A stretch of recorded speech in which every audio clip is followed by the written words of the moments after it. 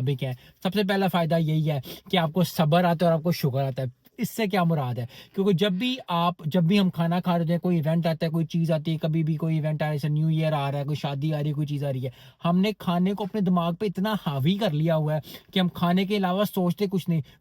कोई खुशी का है, कोई गम का माहौल है, अल्लाह ना करे वैसे किसी को गम मिले, लेकिन अगर कोई खुशी है, कोई भी चीज़ है, हमने कहीं बाहर जाना है, हमने मूवीज़ जाना है, हमने कुछ भी करना है, हम हर चीज़ जो है उसको खाने से लिंक करते हैं। तो जब आप फास्ट करते हो, जब आप ड्राई फास्टिंग करते हो, जब आप बहुत ज़्यादा फास्ट करना शुरू करते हो, तो पहली चीज़ जो आपको आती है वो आपको होता है कि यार खाना इतना भी ज़रूरी नहीं है। यस, बहुत ज़्यादा ज़रूरी है, न्यूट्रिशन बहुत ज़रूरी है, प्रोटीन बहुत ज़रूरी है, कार्ब बहुत ज़रूरी है, फैट बहुत ज़रूरी है, लेकिन for a certain amount of time जो है वो नहीं इतना ज़रूरी जितना हमने अपने दिमाग पे चढ़ाया हुआ है। फिर दूसरी चीज़ आती है, जैसे ही आप फास्टिंग करते हो या कोई और खा रहा है, कोई आप किसी को देख रहे हो खाते हुए, आप फास्टिंग पे हो, जैसा मैं भी फास्टिंग में हूँ, ड्राई फास्टिंग कर रहा हूँ फजर से लेके मगरिब तक। तो मैं